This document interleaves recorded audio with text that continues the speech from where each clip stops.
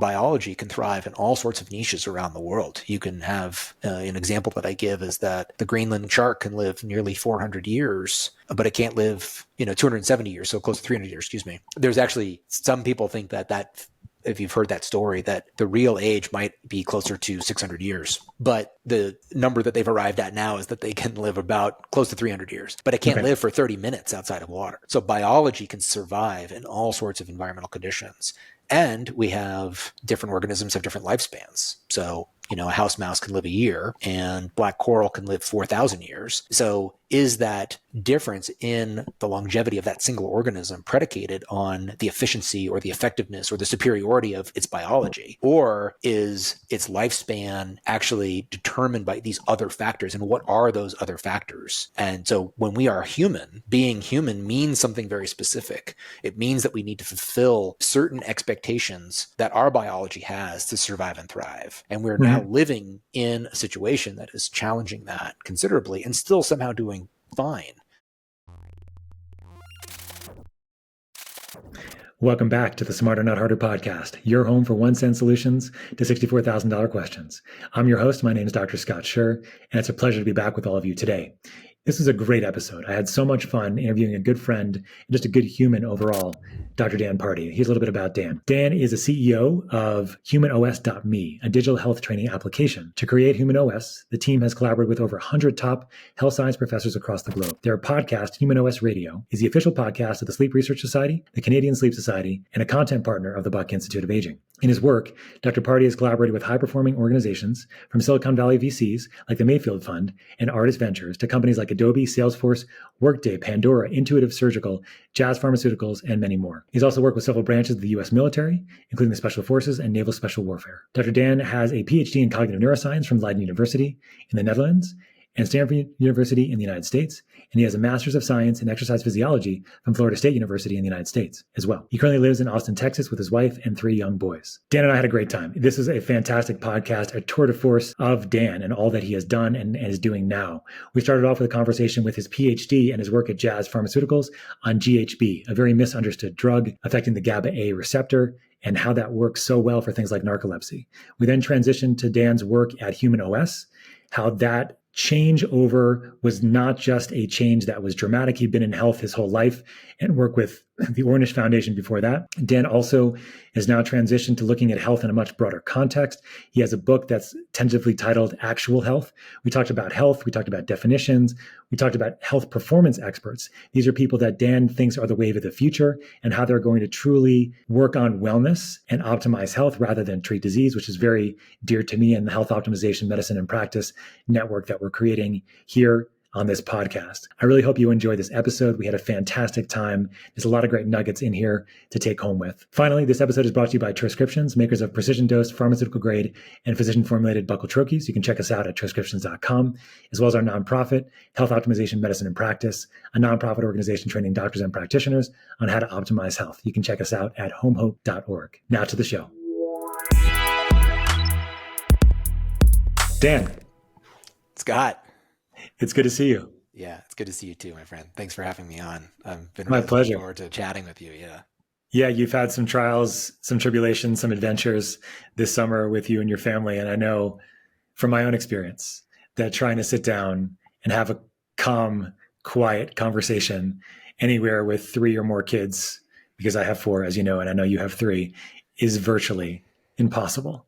Yeah. So, and now you're back in Austin, Texas. Yep. Back to one of your homes. Things are calmer, relaxed, and it's so nice to be with you, Dan. You know, we met, I guess formally, like maybe about a year ago now, talking about various ways that we could collaborate on various projects, and we have a lot of intersections with friends and colleagues, and you've been involved in this world for longer than I have, I think, overall in the performance world and how it's evolved over many years. But even before that, you were a PhD researcher and on a very interesting topic. And I think one that's extremely misunderstood because it's also called the date rape drug. Yeah. But I thought we could start off with a little bit on your expertise about GHB and kind of what brought you to talk about GHB or like write about it, learn about it, spend, I guess, years of your life on GHB itself and kind of how that evolved over the time that you were working on it. Happy to. In 2002, I randomly got an offer for a job. I mean, it was through a connection, but I wasn't pursuing a job in the pharmaceutical industry.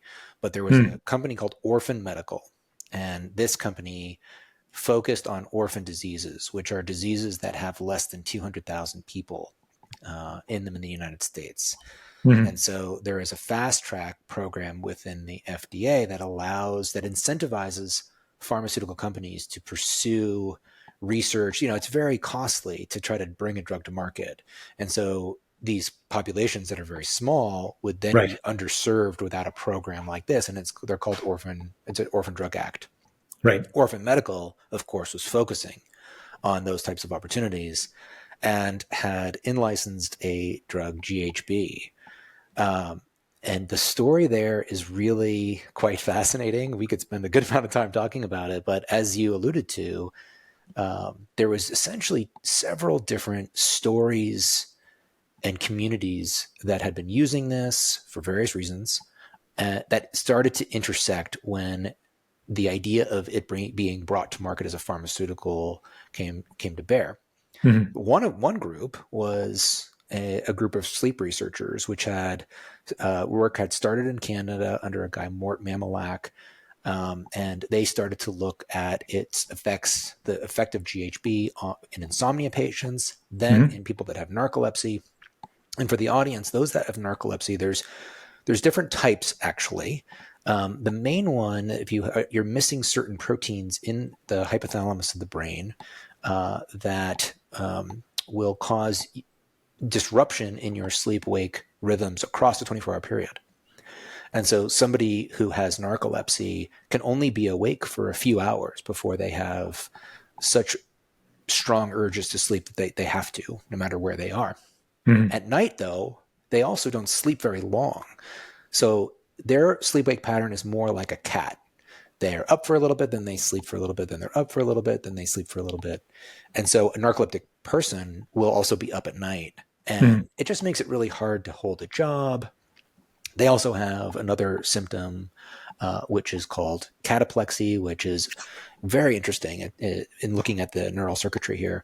If you have under the anticipation of laughter or certain emotion, you will have a bilateral loss of muscle tone that could be anything from sagging jaw to a loss of ability to use your arms. It feels like you are temporarily paralyzed, and you will see people fall to the ground. You will all forms of domesticated animals have you can see versions of narcolepsy in that population. You see these animals; they look like they collapse or pass out, but they're actually awake and alert, but they just are paralyzed temporarily. Mm-hmm. And so narcolepsy is a very serious condition. And long story short is the effects of GHB are very unique and potent on ameliorating the symptoms of people with narcolepsy.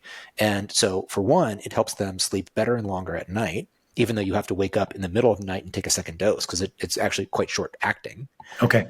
But it has the next day, it has even more potent wakefulness effects than other approved drugs like modafinil on the condition of sleepiness or the symptom of sleepiness in patients with narcolepsy. And so and it also reduces cataplexy substantially, which can be life-threatening. If there are stories of people who had died because they experienced emotion right at the top of stairs and they fell down the stairs and broke their neck. During sex? Yeah, yes, I don't know if anybody died that way, but that does happen. Oh, I'm sure. Yeah. Yeah. So there's those effects. And then now that's one story. The other story was that it had been started to use there was a drug called Rohypnol. Rohypnol is a long-acting benzodiazepine drug that would cause retrograde amnesia. Right. Which would mean that it would make you forget hours. It would erase your memory for hours after you had taken it or it was given to you. And that was the original date rape drug. People are using it nefariously and intentionally to drug somebody. Roofies, that's right. And when that drug was cracked down on significantly, people also there was this other drug that people started to use in that fashion, it was GHB. But context there is that there's a paper that I referenced in a paper that I'd written where at drug treatment centers or rape treatment centers in LA, people come in and there's 65 different drugs that are on their list of drugs that are used to facilitate date rape. The top one is alcohol. Of course. Then there is things like marijuana, even cocaine. Most of them are downers, but some of them are uppers. It's anything that is given with the purpose of trying to alter somebody's decision making or capability to resist date rape. Sure. But GHB became the date rape drug, and it was quite an unfair association given that it wasn't anything particularly unique about that drug that was causing this. It's just another thing that can knock you out. Compared to alcohol, for example, which is also working on the same receptor. So GHB, for people that don't know, maybe you can give a quick run of the mechanisms of action of how GHB works. Yeah. So generally, so alcohol is going to be working on the GABA receptor. And same with GHB. GHB is working primarily at what are called GABA B receptors. Right. And GABA B receptors, interestingly, have different sensitivities within the central nervous system. So as you give it, there is a high that is experienced at one dose. When you then reach a higher dose, that reaches a concentration that will now saturate other receptors, and that can cause a person to go from feeling increasingly high and feeling good. And by the way, I've just introduced another line of not just using it nefariously for date rape, but people actually using it intentionally to get high. Yes. Kind of like an alcohol. That's another story. That's a third story that we're talking about here. But then if you take too much, you can knock out, and all of a sudden you're unconscious and unarousable. That was causing a lot of emergency room admissions. And so it seemed like it was a really problematic drug. People are using it for date rape. People are using it to get high and then becoming unconscious. It turns out that you're just in a very deep sleep. You're unarousable. People wake up in the emergency room. They feel actually not only fine, but good. And then they leave. Yes. And so anyway, this is creating a very colorful and very interesting drug to work with on the pharmaceutical side, because I'm trying to make sense of all this. And so I was working in medical affairs. I became like sort of the go-to person at our pharmaceutical company in terms of the knowledge about how this drug worked. Was traveling to Europe and Moscow and other places to speak about it, and doing a lot of writing as well, and then running a research grant program so to actually test how this drug might help with conditions other than narcolepsy, like Parkinson's disease, fibromyalgia, essential tremor. There was even a proposal that we didn't accept, looking at it for longevity. Yeah, and there was a very beautifully articulated proposal from this researcher at Harvard that said, this is why we think it actually could be a longevity drug. It just wasn't really in the business that we were in. What was the proposal? What was their argument? Do you remember? I know it was a while ago. Yeah. Let me see if I can remember. Just out of interest. Yeah. I think it's effects on HDAC inhibition. And so that was something that would regulate these epigenetic markers and longevity enzymes in a way that would allow for a longer lifespan in nematodes. That's what they were. Interesting. So I didn't know that it had potential evidence as an HDAC inhibitor as well. Yeah, there was stuff that was actually one of the best parts of my job, is that I was getting, even though I knew a lot, I was because this drug helps with sleep. How many different conditions, Scott, have sleep as a symptom? Oh, yeah. Either the chicken before the egg scenario is just gigantic, right? Is sleep affected because of the condition, or is the condition affected because of sleep? And usually it's not a zero-sum game, for sure. So, that's right. Yeah. And I'll mention this about the sleep because this is quite important. Now, typical non-benzodiazepine drugs like the Z drugs, zolpidem, zaloplan, Ambien, Sonata, these and Lunesta, these are drugs that are more targeted than previous generation benzodiazepines. And so they act as allosteric modulators of GABA A receptors, which means that if there is, when a GABA receptor is activated, it's going to facilitate greater conductance of chloride. And that is going to enable a kind of a stronger effect. So in the presence of chloride, then you're going to have and GABA, you're going to have a stronger effect with these medications on board. And that can facilitate in people with insomnia, a reduction in sleep latency, so they go to bed sooner, and some people an improvement in sleep continuity, so they're waking up less frequently. And that's why those drugs have been approved. But they also suppress something called slow wave sleep. And if you look at sleep as a very dynamic state, there's basically two chunk versions. So there's non-REM and REM. And non-REM, you go into stage 1 at first, then stage 2, and then now you go into what's considered slow wave sleep. They've changed the nomenclature a little bit. It used to be stage 3 and 4, then they got rid of 4.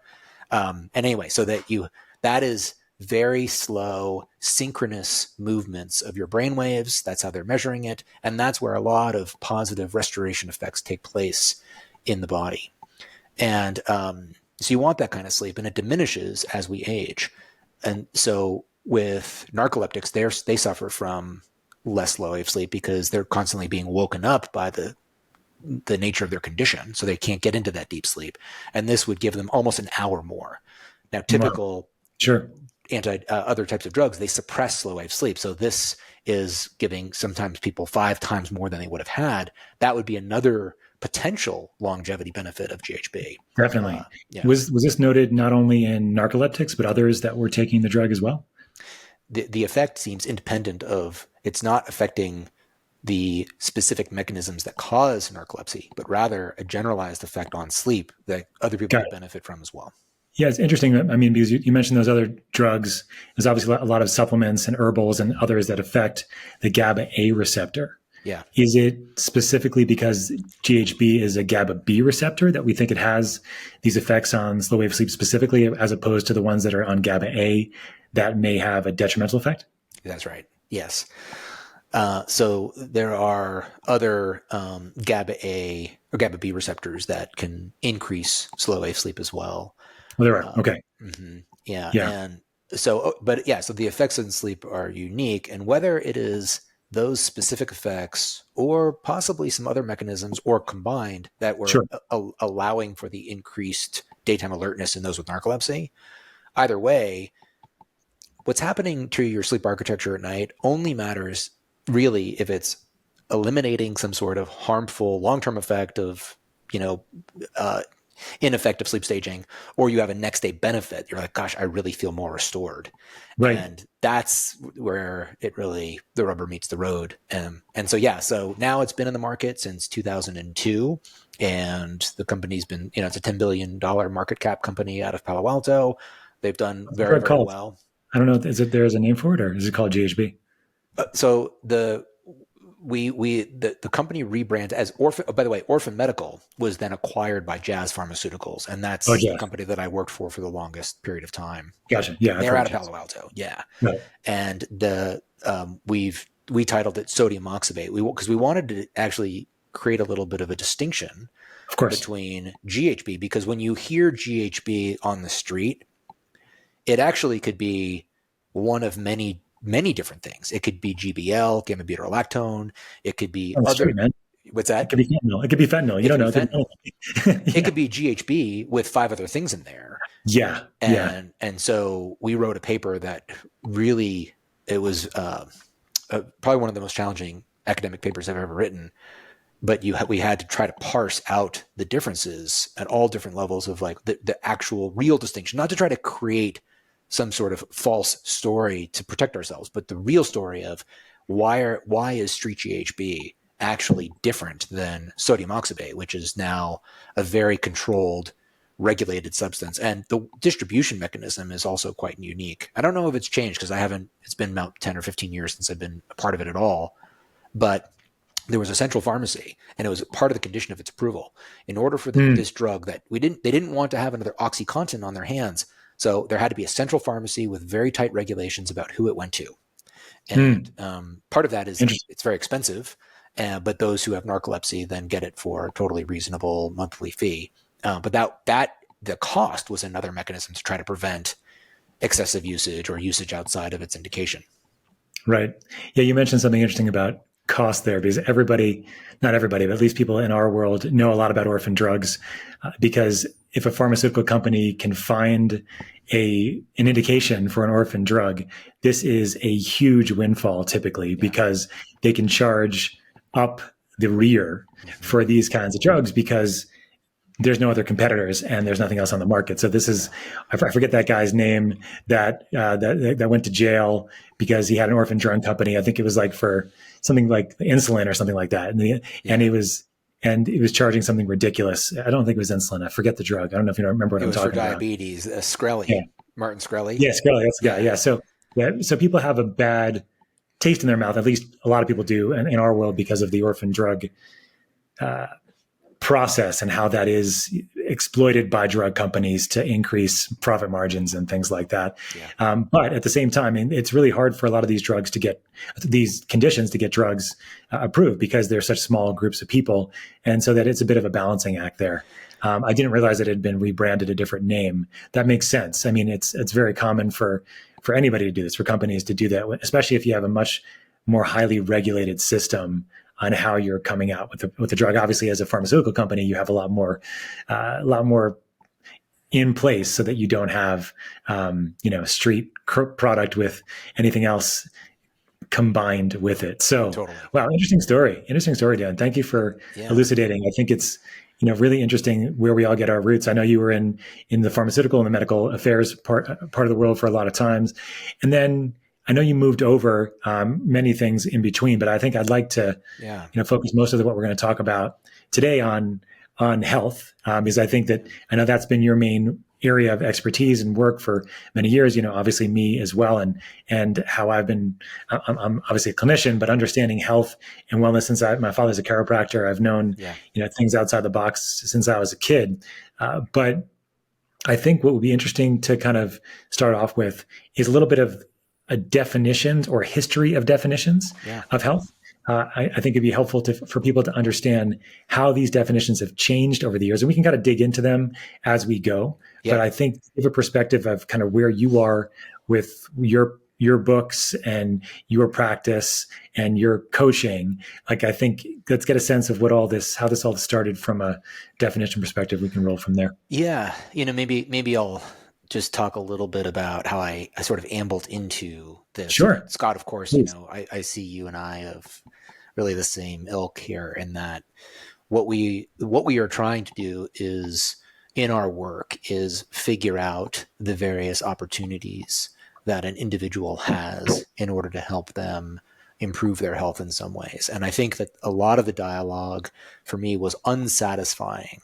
So although I had worked in sleep for about 10 years and with GHB, during that time, before that, I'd worked with a researcher, Dean Ornish, who was looking at a multifactorial lifestyle program to affect things like cardiovascular disease and prostate cancer. And that it made an impact on me because the work that we were doing there was looking at not just a single factor and its impact on a very complex disease process, but rather a grouping, a lifestyle approach to how we might get even a greater magnitude of benefit. Because if you think about a lot of research that we have in today's world, we're trying to identify if something that we're highly confident that there's efficacy, that this thing, this diet, this exercise program, whatever, has an impact on a condition that we care about that causes a lot of suffering in the world. And so we reduce the way that we design trials is such that we will try to eliminate any other confounding factor that might muddy up or help confuse the interpretation of the results, so that we can then say, yes, this dietary style or this exercise pattern, meditation, whatever it is, has this level of impact on the condition in question. Overall, however, that information is great, but we need to then, as people that are like clinicians or working in the real world with real people, we need to help those individuals harness as many helpful factors as possible into and construct a lifestyle that is going to enable them to see as the maximal amount of benefit that works comfortably in their lives. And so that's, I would say, a fair assessment of probably how we both see the world. And of course there's a medical side to that as well. But so I always knew that I wanted to go back there after that work with Ornish, which took place before my work in the pharmaceutical industry, where I learned a lot about sleep and GHB. I wanted to get back to doing that kind of work. And so the first thing I did when I started to pursue my PhD, which occurred later, I went after my work at Jazz, is I finished up some work on GHB, and then I started to do some work looking at the impact of what I call ecologically relevant amounts of sleep loss on eating behaviors and fat accumulation. And that was at the same time I created a behavior model, which then became the basis of a company that I created called Human OS.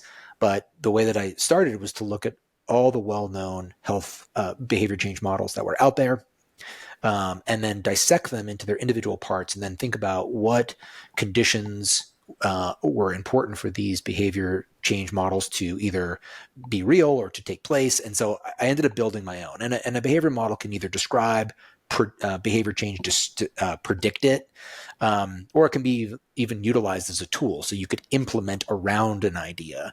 And so that's what I wanted to create. And that one was, very behaviorally oriented. And I'm kind of telling you my slow evolution of my thought process. Sure. Yeah. I have a quick question for you. Sure. On the ecological sleep deprivation aspect of things. Yeah. Maybe you can, I don't want to derail us too much, but I think it might be helpful for people to understand what you were doing there that was different than other researchers were doing at the same time to look at sleep loss in a different way. Yeah. So typically with most research studies, the first thing that you want to test is the capacity of an intervention to have any sort of effect on an outcome. And so you might put a person under the most extreme conditions most likely to see that effect. So for example, a lot of sleep loss studies might give somebody no sleep for 24 hours to see, right, okay, does this actually have an impact on eating behavior or metabolism or you name it? That is important work. But eventually you have to then take that type of research and you have to probe its sensitivity. Okay, so we do see an effect here, but when does that effect take place and to what degree? And so what I was interested in was looking at degrees of sleep loss that are common in society, somebody missing a few hours per night here and there, right, or just for one night. And that, right, is a far more ecologically relevant, which means that it's relevant to the ecology that we live in, our real normal modern life, modern livelihoods. And lifestyles. So that's what I was interested in studying. And interestingly, the effects lined up. So the effects that you see in certain regards for eating behavior after a full night of sleep deprivation were similar to the effects that I saw on missing out just on an hour or two of sleep for one night, in terms of the types of food people would pursue and how much they would eat and what they chose to eat versus very healthy or more hedonically driven food choices. And so that, there's a couple of interesting ideas there. So one is just purely the results that we saw and what they mean, but also trying to then take ideas that had existed and try to make it really relevant to what real life is actually like for people. And so my mind was working at this time, and then also thinking, all right, we could have the best information in the world, but if you don't have a way for people to implement that, then you don't, right, actually have a real solution. And I think this is one of the reasons why the preponderance of solutions around, pills and procedures exist, is because these are things that the medical system has control over and what you can do for a person. Because it's when you're putting it in the hands of the individual themselves, you're not sure what's going to happen. And oftentimes, maybe you are sure it's going to happen. It's not going to happen. Yeah. Right? Yeah. You could speak to that. Sure. Yeah. When it comes to behavior change, it sounds like you took a big dive into this. Like you understand conceptually what's happening, what needs to happen. So you created your own behavioral model. What did that look like for, as you were developing Human OS? What was the whole framework that you used there? Yeah. So the framework is really simple. So in order for somebody to adopt and sustain any sort of new health behavior, there's 4 parts to the model. It's good to know why. Why are you doing something? Sure. And I'll go over all 4, but then we could kind of dive into some of the interesting elements of each. Then, how do you do it? And then third, are you doing it? And then fourth, is it working? Okay. So why should I do it? How can I do it? Am I doing it? And is it working? And you can see that if you think about it, each one of those buckets provide unique and distinct value. So if you just learn a lot about health, but you don't do it or you don't know how, do you get any of the benefit? No, right? It's as if you get the same benefit as somebody who doesn't know what they're doing if you know, but you can't put it into action, right? The how to do it is Do you mean like turning. sorry, do you mean like the fat cardiologist? I'm just kidding. Sorry. Yeah, exactly. Like, or somebody who just kind of listens to tremendous amount of podcasts on health, and but yet it's not really affected the way that they live. And you Right. have examples like that. Tons of them. Tons of them. Yeah, my Yeah. my Yeah, continue. So then the how is the next part, right? So the how then is this idea of taking ideas and then turning them into skills. So sometimes it's really easy to do that, and sometimes it actually is harder. So a harder example might be cooking. You might appreciate the value of a certain style of healthy cooking, but then and diet, but then the skills to actually do it are something that can take years to learn to do it really well and do it in a satisfying way. The am I doing it is also distinct because life is busy. And so now let's say you had a period of time where you learned a lot about the why of something, and then you actually you learned the skills around it. But 7 months later, your job is, you're a lawyer and you're busy day in and day out. And is there something that can remind you, that can help you stay aware and mindful of your pattern of living? So it's to see if it shifts and distorts from your ideals so that you have awareness on that. And then the last bucket is, of course, is it working? And this is an interesting conversation. I recently gave another talk on how to measure health at the Institute of Human Machine Cognition. And this is something that people will actually spend a lot of money for. Insights into some sort of internal process or state that gives them information about, how they're doing. But you can also see problems of kind of the reverse of the very first bucket, where you spend a lot of time learning, but you're not doing, or you spend a lot of money testing, but it doesn't lead anywhere. It doesn't change. It doesn't turn into behavior change. So you can't get more in the, you can't basically overfit your model to any one of those four buckets, right? You can't just say, well, I'm going to just learn more, but not do and be spared, right? You have to have some balance. And honestly, across the four, what it comes down to is, does the learning, does the diagnostics, does the skill development lead to actually you living in a different pattern? And that's what we care most about. But it's hard to continue. It's hard to perpetuate a behavior, particularly when that behavior is more costly, both in terms of time or less rewarding. So it's maybe a little harder to do in the face of other options. If you don't know why you're doing it, like you could do it for a little bit, but why would you continue if you didn't understand its value? And so why is important.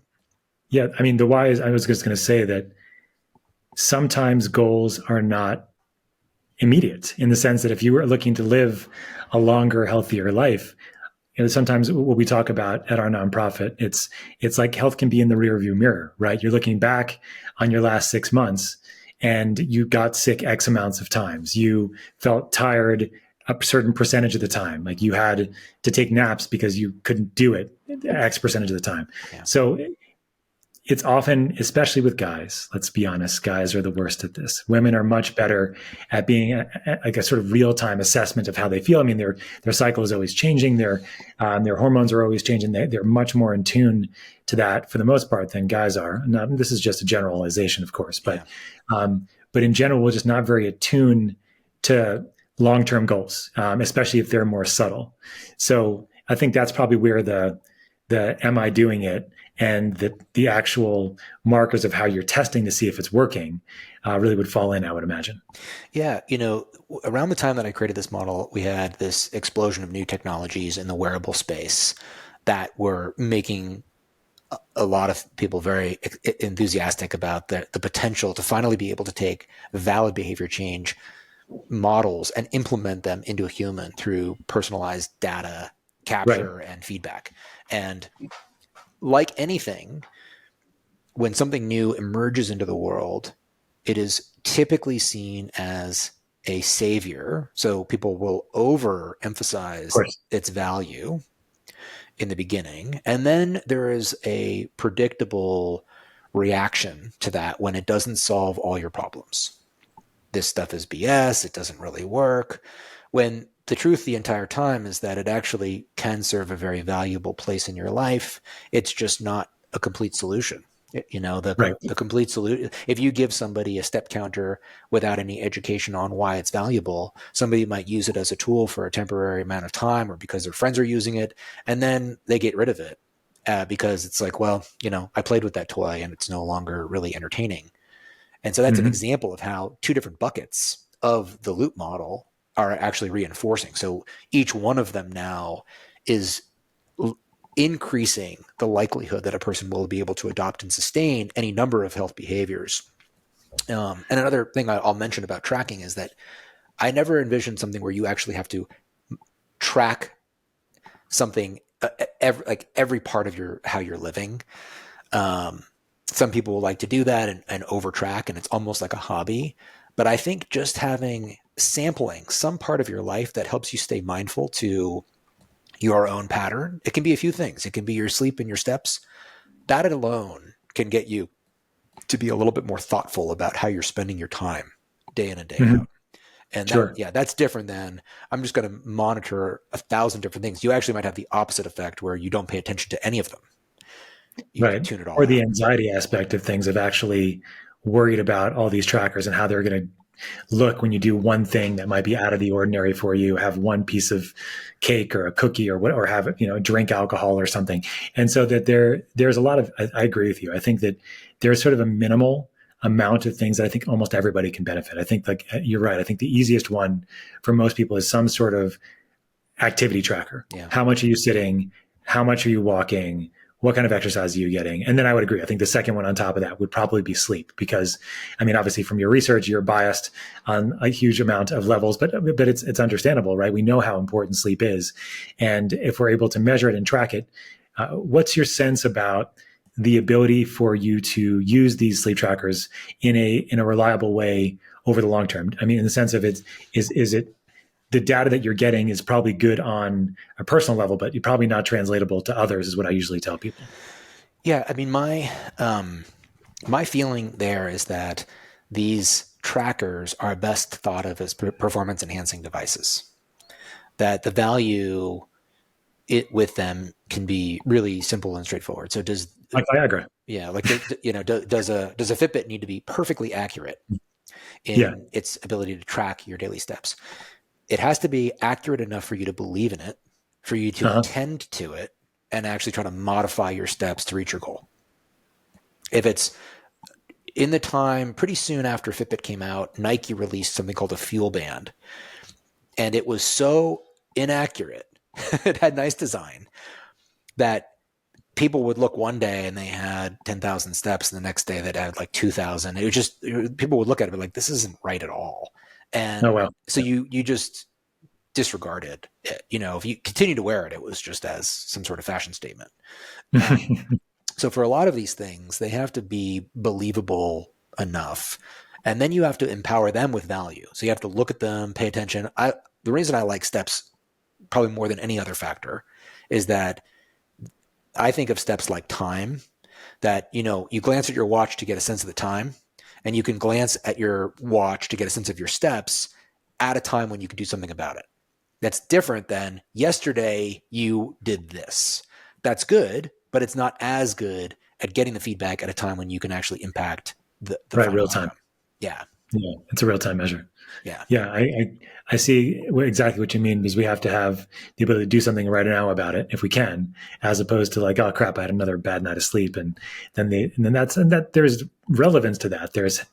There's value in that. And I think there's education that you can play with over time, but certainly the model was called the loop model. Is that right? Yeah. The loop model. And the reason it's called the loop model is because it's not the line model, right? It's not that you get educated, you learn some skills, you monitor your tracking, you get a diagnostic, and you're done. But rather, it is more of a process where you are constantly learning more about maybe new research that comes out that aligns with the perspective that you have on how to live in a particular way, that you are refining your skills, that you're continually monitor your patterns and you understand the meaning of, the performance that you're manifesting, and Right. that you have an ongoing diagnostics as well. And so, I'll make a quick commentary about the difference between the two types of tracking. So the am I doing it is really looking at your patterns of living, where the diagnostic is looking at some sort of thing that you don't want to do that on a daily basis. It's something that you do at some interval of time to sample your state of health, and you monitor, how does this look? What is my trajectory? What's my state and what is my trajectory? Do I fit into normal ranges here for my age, sex, gender, and or do I have anything that makes me alert to wanting to pay more attention to some sort of feedback signal? And so I just wanted to kind of mention, like, one of them is continuous and one of them is more periodic, No, I right? love that. Yeah. Yeah. I think that's really important. What is your sense? I mean, there's so many ways that you and I could talk for hours, but what is your sense about, you talked about normal levels for your age and gender and things. Yeah. What's your sense? And then maybe this goes into the more of the health topic as well, Yes. between being normal and being optimal. This is something that we talk about a lot. Yes. And I just want to get your sense of that, and maybe that you can dovetail that into some of the other work you're doing, and we can fly wherever we go. Yeah. Yeah. Yeah. I mean, if, and kind of just like summarizing to this exact question. So you can see here that there's sort of been an effort on my part, or like an ineluctable gravitation towards trying to figure out what is really needed for people to live in a way that is separate from the default pattern that we know will lead to more predictable poor health outcomes, and Normal. that becomes normal. Yeah. Right. And Right. and so that, in fact, maybe we can come back to optimal. We can introduce some ideas first, because Yeah, please. I've been really thinking about the definition of health for a while. And funny enough, having been in this field now for a while, and when I say the field, I mean this idea of health improvement, health betterment. We'll call it that. Certainly with Human OS and my work there, being a part of certain movements where a vast number of subjects are discussed, it's all about health, health improvement, or even maintaining an enhanced level of health relative to others in society, and avoiding disease, maintaining youthfulness, having a good health span. A lot of ways to describe this. Right. But there's very little discussion on what health actually means, and yet it is. In one of the talks that I gave, I discussed that we run the risk of something called semantic uncertainty, which is that we take a very big term like health, and that encompasses a lot of different ideas, or it's hard to talk about it in one, let's say, one pithy definitional offering. And you might be referring to parts of the concept, and I am hearing, based off of my interpretation of other parts of the concept, and therefore we're kind of miscommunicating. So an example of this is, if health is considered simply the absence of disease, which is considered a negative perspective on health, and it's not negative as in affect, you're looking at this in a pessimistic way. Right. It means that it is the absence of a disease state that is how you would look at health. So if you don't have a disease state, then you have health. And then there is more of a positive view, which means that it's not just that. It's not just the absence of disease, but it is also the addition of flourishing, a sense of vitality, and human performance, how you're performing in the world. And the critics of the positive model have argued that these are all valuable ideas, no doubt. But are we now actually trending more? Are we bleeding the terms of health into well-being? And I can actually talk about the sort of the distinctions between those two, because you end up, health is such a big term that we end up creating different terms to talk about parts of it.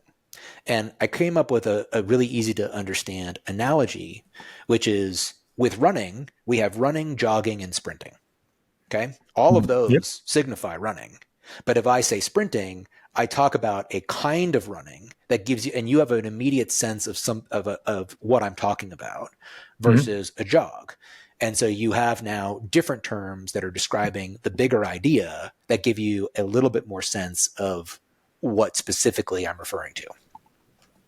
Similarly with health, we have health, disease, illness, well-being, welfare, wellness, and there is an overlap amongst them, or they can be used synonymously with one another. And so I've actually tried very hard to separate those terms so that we can use those discrete terminology pointedly, and we can avoid semantic uncertainty where we're now, I'm saying one thing and you're thinking another, and vice versa. And so I think we need to do some work, and my book is going to be doing some work on trying to lay this out so it's very, very clear what we're talking about when we use these terms, and how health is really the encompassing terminology, the bigger topic under which these subterms fall into. I've heard you talk about, I think the title of the book, is it going to be something in the realm of actual health? Is that right? Yeah. So my co-author is a neurologist, Josh Turknet. It's one of the just most enriching personal relationships I have. We met and had really instant synergy about how we see the world and some things that we want to achieve. Very, very bright guy, very good at thinking about the world. He's very wise, very good at thinking about the world and creating concepts from big ideas. And we kind of laugh that, our job is to try to take big, thorny ideas and make them so easy to understand that people felt it was obvious the whole time. So that's like, yeah. We joke about that. But we said, in order to refer to the book, like if we're going to talk about it, we need to give it a name. So why don't we just give it a title for now, and then we're going to think about different titles along the way and see if we like anything more. But what I like about actual health is that what actually arrives, not as just inferred, but actually achieves health. And so a big idea for this book is to think about the context in which we are making health decisions and operating as beings in a world that has pressures against health from manifesting in an optimal way. And then what are some heuristic principles that can enable people to take vast amounts of an overwhelming amount of topics, and by eliciting these mental mind frames can actually take good action without sort of an endless amount of training across their lives. Because the goal is not to make people PhDs in sleep and nutrition and exercise. That's too much. Of course, we need those positions, but we don't. The end goal cannot be that to be successful in today's world. And so that's basically what the book is going to be. It's going to be like a two-parter. Everything's setting up for, this is the condition that health is occurring in today's world. This is what health means. This is what, shaped our health as human beings. And now here is some ways that we think are really effective and efficient ways to think about how to structure your day. So 2 parts. The first is more of like an evolutionarily based understanding of health and wellness, is what the term health itself and how you're defining it. And the second is more of like I want to say how-to kind of model, but sort of how to utilize those points in various ways that you've created these heuristics to kind of follow. Is that right? Or yeah. So some of the first part is looking at an evolutionary perspective of what makes us human and what that means. But and what I describe is that biology can thrive in all sorts of niches around the world. You can have an example that I give is that the Greenland shark can live nearly 400 years, but it can't live, 270 years, so close to 300 years, excuse me. There's actually, some people think that if you've heard that story, that the real age might be closer to 600 years.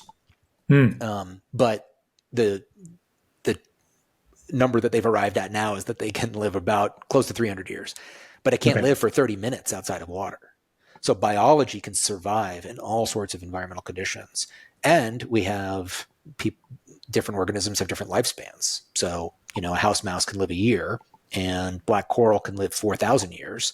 So is that difference in the longevity of that single organism predicated on the efficiency or the effectiveness or the superiority of its biology? Or is its lifespan actually determined by these other factors? And what are those other factors? And so when we are human, being human means something very specific. It means that we need to fulfill certain expectations that our biology has to survive and thrive.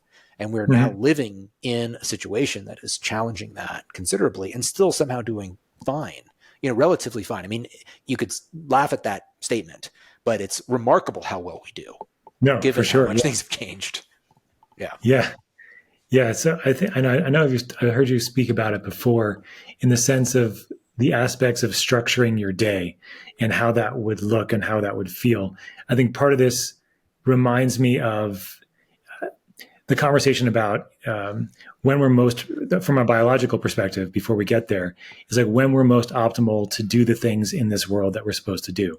How do you think about that in the context of health and biology? Yeah, health is real time. What I mean by that is that AI, as powerful as it is, as impressive as it is, and it's only going to,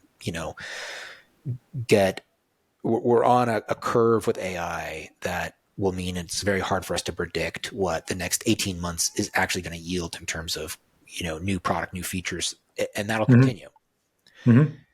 I don't see this type of technology, though, ever replacing the need to help a person see the world in a particular way where they're making both conscious and subconscious decisions that are effective for themselves, because health is real time. We can't have, hyper effective earphones or eyeglasses that we can speak to, our phones or watches that are going to enable us, or even a brain chip that we just ask these questions to.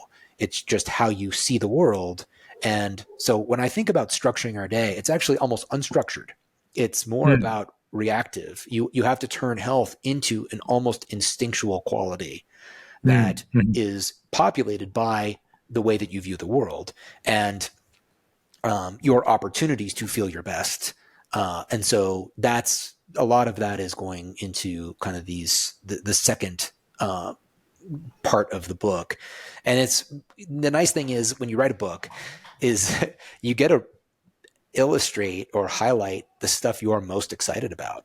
And, certainly some of the work that we've done, it's not based off of years and years of research that my lab has done. I don't have a lab. That's not the type of work that I do, but it's more conceptual. It's framing big ideas in a way that I think resonate, hopefully, with a lot of people. One of the exciting ideas that I know you've developed for this, and I think have now started to operationalize a little bit, is I believe you call it the health performance expert. Is that right? Yes. So talk about that a little bit. Yeah, this will be something that we probably will introduce in the book, but it won't be too heavily based on it. But the idea of this health performance expert is that we are missing a position in healthcare. So one of the main issues with our healthcare system, of which there are many, but one of the main issues, if we were to solve all of the problems in our healthcare system somehow, magically, we would still get surprisingly poor outcomes. And the reason being is because the system is incomplete. What's missing, and so what's missing is the equivalent of a person who trains another person to develop the real world skill. And so I've termed this a HPE, health performance expert. This would be equivalent to a PCP, your primary care doctor on the medical side. Right now, you can get a degree in nutrition or exercise physiology or cognitive behavioral therapy, right? There's all sorts of things that do relate to getting a person to be healthier, but you can't become a general expert in all of these things, kind of like your PCP is, right? Your PCP is your first point of contact that then would triage you to different specialists as needed, but they see most of your care most of the time. Right. This HPE would be a graduate level program that I'm working now. I've assembled a global advisory board And we are working to now strengthen the idea by challenging it, talking about it. I've got a group of excellent experts that are contributing, highly esteemed people. And eventually the goal is to get the first position in academia somewhere around the world that would graduate health performance experts. And even though you're a generalist as a graduate, right, you've been trained in all different determinants of health. Then you specialize. The way that you specialize is towards populations. Do you want to work with young people? That's the greatest opportunity that we have, is to change our schooling or to give this level of support to people as they're forming their relationships with the world from an early age. Chief health officers of companies of 500 people or more, that they are sitting on the executive committee, thinking about how other decisions, financial decisions, business decisions, are going to impact the health of the employees and how to keep them performing well and feeling good. That's probably, except for rare exceptions like people like yourself, a doctor is probably not the right person to be in that role, because again, that is more reactive. And sure, there's a lot of disease at companies, but we're talking about more like human performance and how to maximize personal health so that you have this can actually help you with how you want to perform at goals in your life. So more of you're talking about true prevention, right? You're not talking about like preventing diseases like on the early stages. You're talking about preventing from all this stuff from actually happening in the first place, is my understanding, correct? Prevention is a perfect term to illustrate the difference and the need for these two different systems. If you think about what is the term prevention in reference to? Disease, right? Mm-hmm. We're trying to prevent disease or issues. That is absolutely the perspective of the medical system, and it should be. It's not that the medical system is wrong. The healthcare system is incomplete. The medical system should focus on doing what it does and focusing on that. And I've had some, we have good debate on this in our, it's not much of a debate. It's a vigorous discussion about, yes, this is how it should be. Taking care of our sickness is really important. Prevention is really important. But an example that I give is that the very best diabetes prevention program needn't mention the word diabetes once, as long as it gets people to to do the actions that also happen to prevent diabetes. Right? Sure. And so, and for a young person, that might look totally different than it's not disease oriented at all. It's not prevention oriented at all. Like a good example is, how much are you thinking about peripheral arterial disease in your everyday life? Do you ever go for a run because you're trying to prevent it? Only when you've been diagnosed with it or you're at risk of it does it become another motivating factor. Right. But, otherwise you might just be on a flag football team having fun, and it can look we can live our lives in a healthy way for reasons other than modifying the risk for disease. Right. Yeah. The word motivation is interesting here because that I'm very aligned in how you're thinking about this, but how do we motivate people for long-term goals like this, right? You have a 16-year-old that is, or an 18-year-old that is pretty much invincible in various, at least they feel that way. Yeah. That's how most people feel. I'm sure I did. I didn't go out there and try to do anything crazy like some 18-year-olds will and things, but how do you motivate people to look at the long game here? Because you and I both know the easiest way for people to make changes is when they get scared. Something either happens to themselves or something happens to a close family member. And then the alcoholic father dies, they stop drinking alcohol. Yeah. The grandfather dies of a heart attack and they stop, they change their diet. Like there's all these things, right? Yeah. Typically those behavior changes are short-lived, let's be honest, right? They don't typically even last more than 6 months. I can't even tell you how many times I've been in the hospital as a doc. Somebody has a cabbage, they quit smoking, and then 6 months later they're back. Yeah. They're back to smoking, right? Totally. So how do you think about, I know you've already had this whole framework from Human OS. Is that what you're going to be using here? Or what is the framework to think about behavior change in people that don't, technically need it at this level, right? At these young ages, at least. Yeah. The formation of behaviors can occur very naturally at a young age, when people are learning the world. But what you bring up is really important, and it highlights another aspect of what we're talking about here, is that we there's a lot of change that we experience over the course of life, right? And that that is involved in modern times. So we have a different information base than we did 20 years ago, right? So we know circadian rhythms and the microbiota, they weren't a part of any models to, Nope. Just explain health a little while ago. Now we know they're very important. That will continue. That the environment is changing. New technologies are introduced into the world that shift how we live in a dramatic fashion, and can happen overnight. It's now an outdated reference, but the iPad was introduced in 2010, and 500 million people were using it within a year. And they were now taking, if you think about that, they were now taking that computer into bed. And so it was changing where people were using technology. And then that ushered in a whole new, having screens inches from our eyes right before bed. Like that, you can see here. I gave a TED talk, in fact, and it was on light, but I started the talk by saying technology is so incredibly powerful. And I gave an illustration of space flight. People could go up into space, but when you go up into space, there's all sorts of health consequences that people experience very rapidly because we're in a totally different environment than our body's expecting. But what if we could introduce spacesuits on Earth? Well, we would probably wear them. You could be lighter. Somehow you could modify your relationship with gravity. You could run faster. You could jump higher. But then you'd have to figure, how do I get enough gravity in my day? Right. It would now, gravity all of a sudden would become another thing that we need to pay attention to in order to not suffer the consequences of some sort of technological shift that becomes pervasive in society.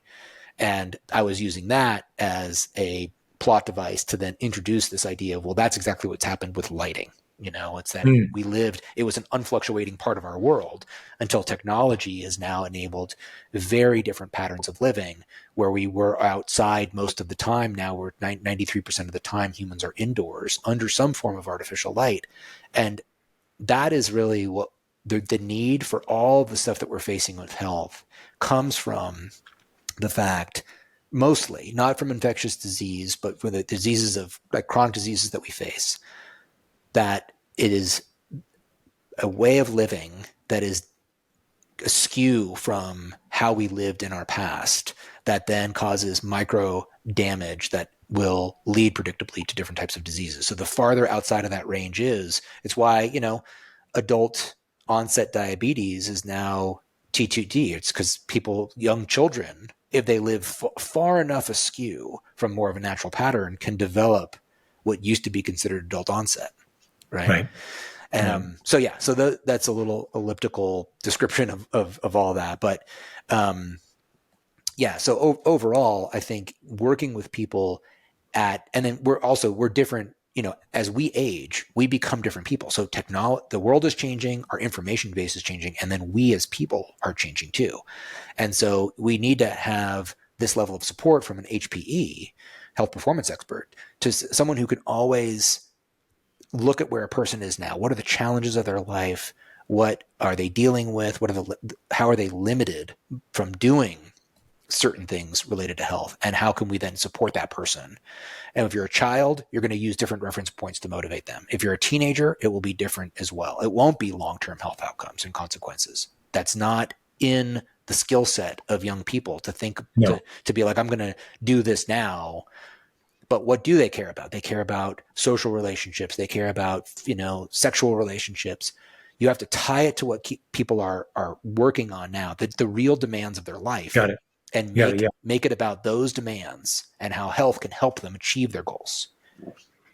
Got it. Yeah. So the behavior change really relies or sort of is relegated to understanding the population of people that you're working with and trying to get them motivated short term, but really the facade is more of a long-term benefit, even for somebody that's 18 years old and wants to have more sex. It's about how you're going to really help them on a longevity path.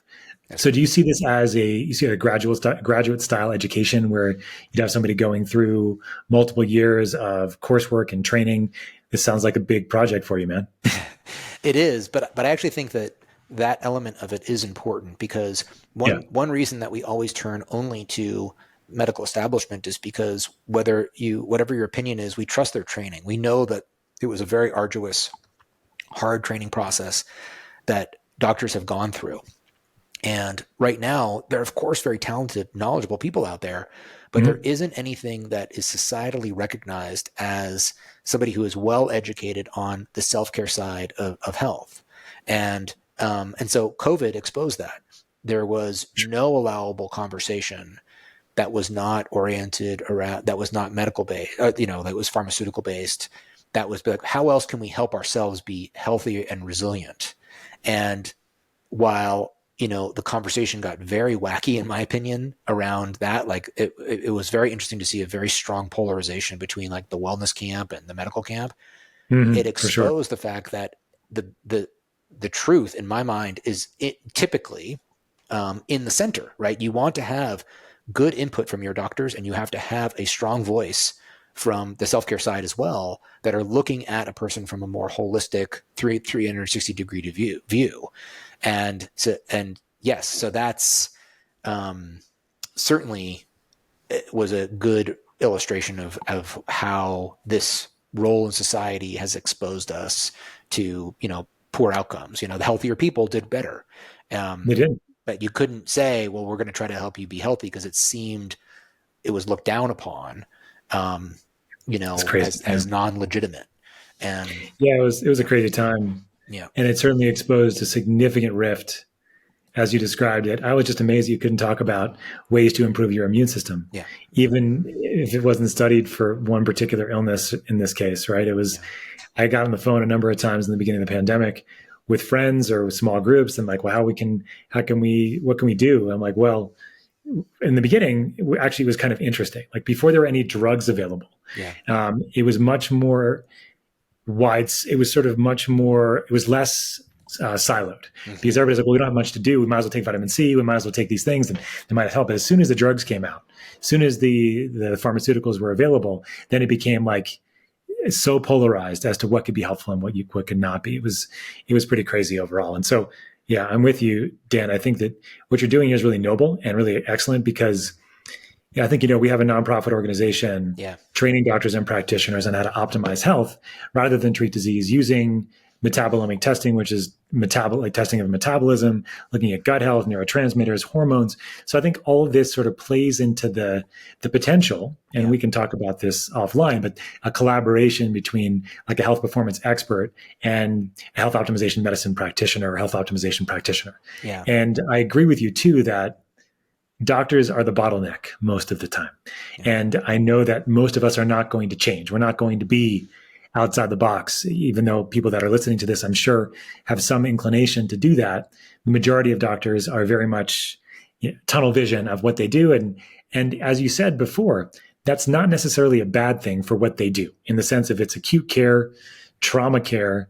Yeah. It's amazing what we can do in the hospital and keep people alive. Yeah. That doesn't mean we keep them vital or improve their health span. We keep them alive. Yeah. So some people in my field will call it the meat grinder on some level, right? You just churn them in and out, just getting them fixed up enough to get them out the door. Yeah. But this is a whole new world. And I think that it's so important that you're doing this and talking about it in a way that's very similar to how we think about it, which is that there is nobody that's taking care of your health.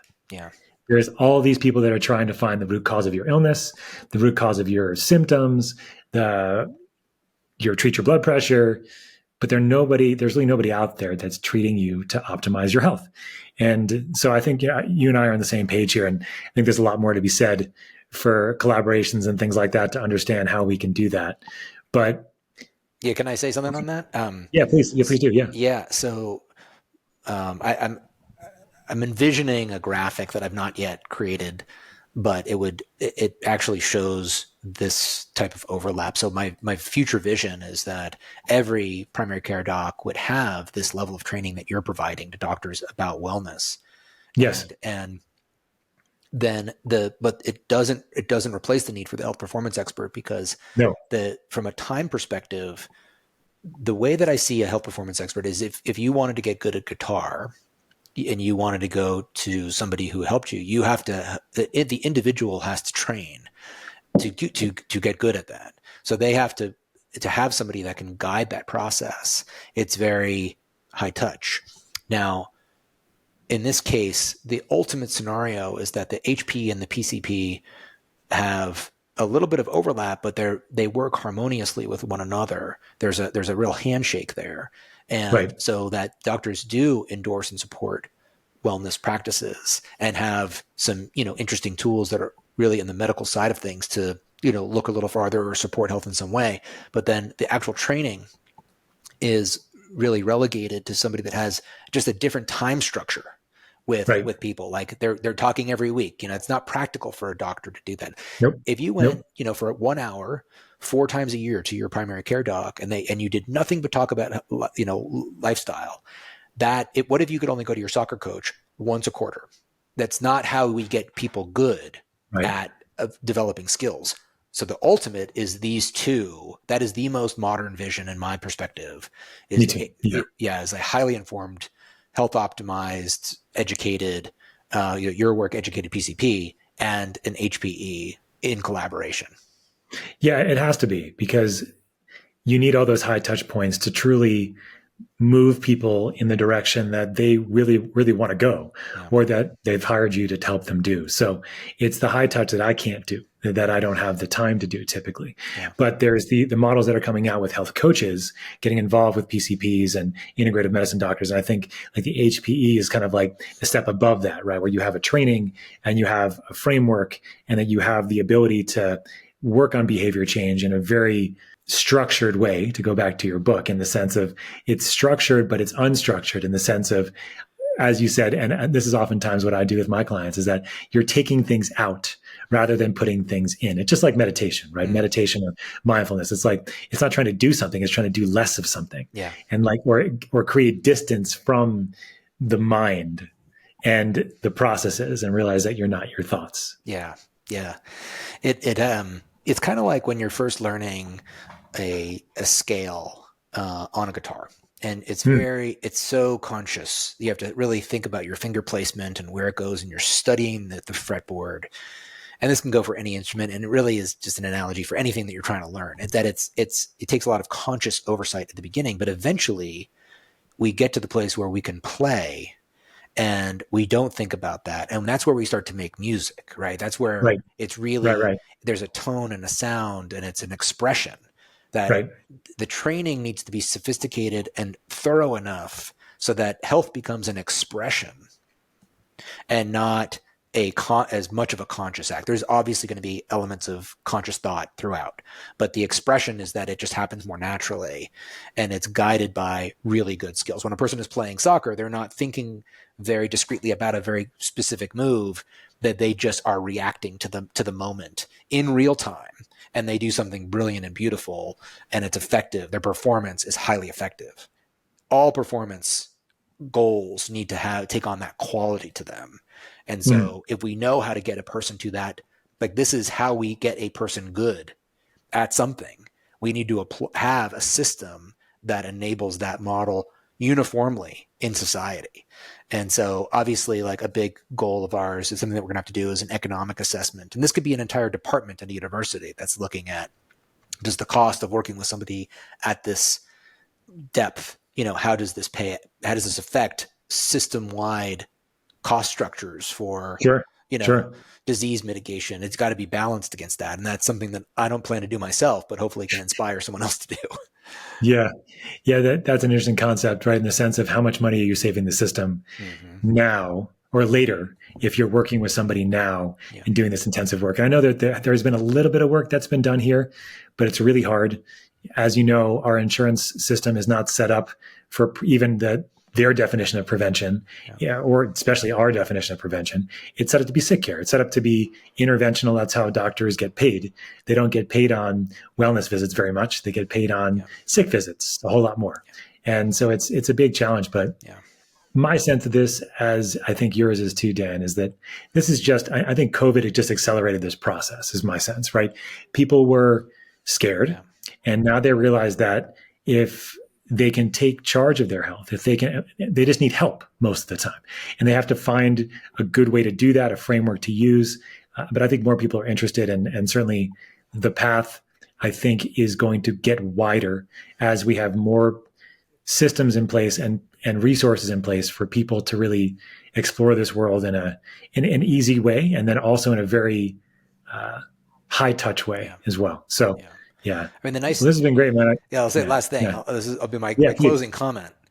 The nice thing about health is that it gives us very, very nice positive feedback. And I'll use an analogy, which sometimes are equated as equal, but fitness and health are not exactly the same. But of course, a fitness is, is a part of it. When you get fit and you're in a good rhythm, you can connect with that feeling like, oh, I want to live in this state forever because it feels good and it's fun to do at the same time. So you feel good and you enjoy it.